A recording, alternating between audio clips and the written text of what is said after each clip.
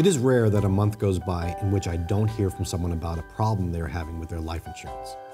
The problems usually arise with universal life policies that were purchased 10 or more years ago. However, lately we've seen a relatively new variety of universal life known as indexed universal life policies being sold. If designed improperly, these policies may potentially be setting up for future problems. Universal life is a type of insurance policy that, if designed and managed properly, can be the most strategic life insurance policy that one could own. However, this type of policy could turn into a financial nightmare if not handled correctly. In our experience, universal life policies are sometimes more appropriate for clients than a typical term life or whole life policy. The strategies we use and situations we deal with may provide you with a better understanding of the universal life policies and how to make them work for you. If you currently own a universal life policy, also known as ULs, or are contemplating the purchase of this type of life insurance, there are certain concepts you must consider. You need to make sure that it is working for you. Is it still meeting the objectives you wanted when it was originally purchased, and have those objectives changed? For instance, when we run into existing universal life policies, the conversation usually begins with a client asking questions similar to these. Why are my life insurance premiums going up each year? This life insurance policy is becoming so expensive. Why? I thought this policy would be self-funding after 20 years, but that doesn't seem to be the case. Why not? Or, I bought a whole life policy, but it says universal life on the statement. How come? Our first step when dealing with this situation is to help the client understand the difference between term, whole life, and universal life policies. The next step is to address their problem. Like we would with a client, let me first give you a very brief and general explanation of the three types of life insurance policies as it relates to premiums: term, whole life, and universal. Please understand that this is the most simplistic review of life insurance types that we could give. For the sake of brevity, we've really simplified it. Term life insurance, the payments are the same each year for a set period of time, usually 10, 20, or 30 years, and then it goes away. Whole life, payments are the same each year for the entire life of the policy. And finally, universal life, payments are flexible and can be adjusted each year. It is this flexibility of the universal life policies that can lead to poorly constructed or poorly managed policies and have them implode. Of course, not every universal life policy we encounter is problematic. In fact, a properly designed universal life policy can be the most appropriate solution. However, for now, I'm going to focus on the policies that aren't working. The most common problem is that in order to keep the policy in force, the client is being asked to make increasingly higher payments each year. If they don't make the higher payments, the policy is going to lapse or go away. In other words, the policy is imploding and the premiums are exploding. The main reasons we find universal life policies are failing people. Number one is poor original design. When creating universal life policies, premiums are determined by a variety of factors, one of which is the interest rate that we provided on the cash value within the policy.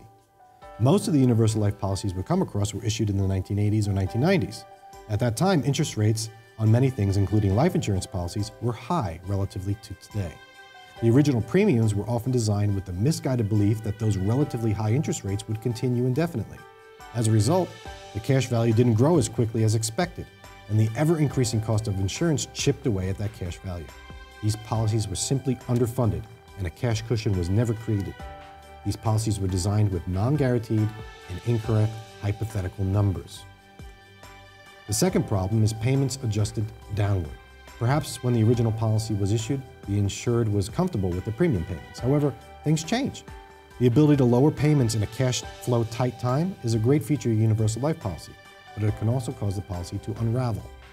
If your payments are lowered, they're expected to increase back in the future when the policy owners are back on track. Unfortunately, many owners don't readjust. They just wait too long to adjust and find themselves in a situation where the premiums or the cost, just to keep the policy in force, are much higher than they wanted. Often owners underfunded the policy from day one and never knew it. Number three, loans taken against the policy.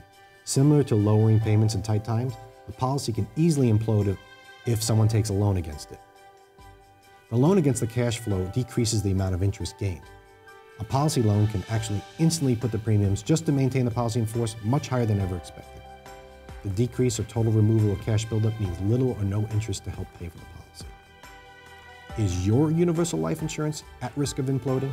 You need to find out as soon as possible. The first thing we do is get the most up-to-date status on the account.